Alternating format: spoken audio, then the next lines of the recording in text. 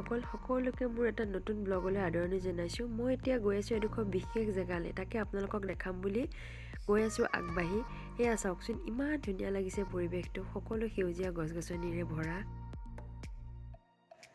এয়া আমি আহি পালোঁ আমাৰ গন্তব্যস্থান। এইখন হৈছে শ্বহীদ ঠগীসোদ স্পৰ্ট কমপ্লেক্স, নতুনকৈ বনাইছে আমাৰ ইয়াত। মোৰ ভিডিঅ'টো দি অকণমান দেৰি হ'ব। ফেব্ৰুৱাৰী 25 তাৰিখে আমাৰ সন্মানীয় অসমৰ মুখ্যমন্ত্ৰী হিমন্ত বিশ্ব শৰ্মাদেৱে এইখন উদ্বোধনী কৰিব। আমি ভিতৰলৈ সোমাই আহিলোঁ। সোমাই আহি এখন এথলেটিক ফিল্ড, ইয়াতে সকলো ধৰণৰ খেল হ'ব আৰু এইবোৰ বনাই আছে, কনষ্ট্ৰাকশ্যনৰ কাম চলি আছে।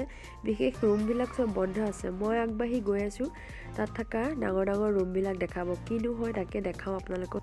মই এটা বিশেষ ৰুমত সোমাই আহিলোঁ য'ত লিখা আছিলে VIP ৰুম বুলি। চাফ চিকুণৰ কাম চলি আছিলে, আপোনালোকক অকণমান দেখাইছোঁ চাওকচোন।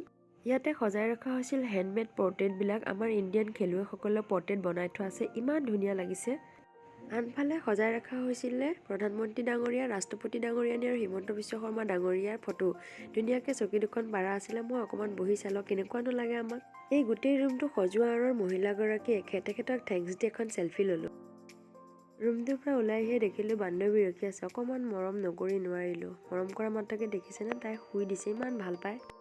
আকৌ এবাৰ আপোনালোকক মই দেখাইছোঁ চাওকচোন, কনষ্ট্ৰাকশ্যনৰ কাম চলি আছে, মেচিনবোৰ চলি আছে, বৰ হুলস্থুল, ইমান ভাল লাগিছে পৰিৱেশটো। একচুৱেলি মনটোৱে ফূৰ্তি লাগিছে, নিজৰ জেগাত এখন ষ্টেডিয়াম পাইছোঁ যে।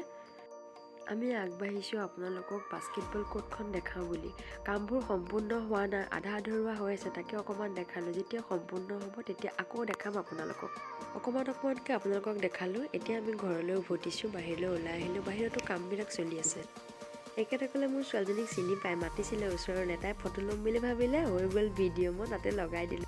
25 ফেব্ৰুৱাৰীত হ'বলগীয়া মিটিংখন এইটো পেণ্ডেলতে হ'ব। আমাৰ সন্মানীয় মুখ্যমন্ত্ৰী ডাঙৰীয়াদেৱে ইয়াতে মিটিং কৰিব। ইমান বিশাল পেণ্ডেল চাওকচোন, কিমান যে মানুহ আহিব ইয়াত। আমি ঘৰলৈ উভতিলোঁ। আজিলৈ ভিডিঅ'টো ইমানতে শেষ কৰিলোঁ। যদি ভাল লাগিছে লাইক কৰিব, কমেণ্ট কৰিব, ছাবস্ক্ৰাইব কৰিব। বাই।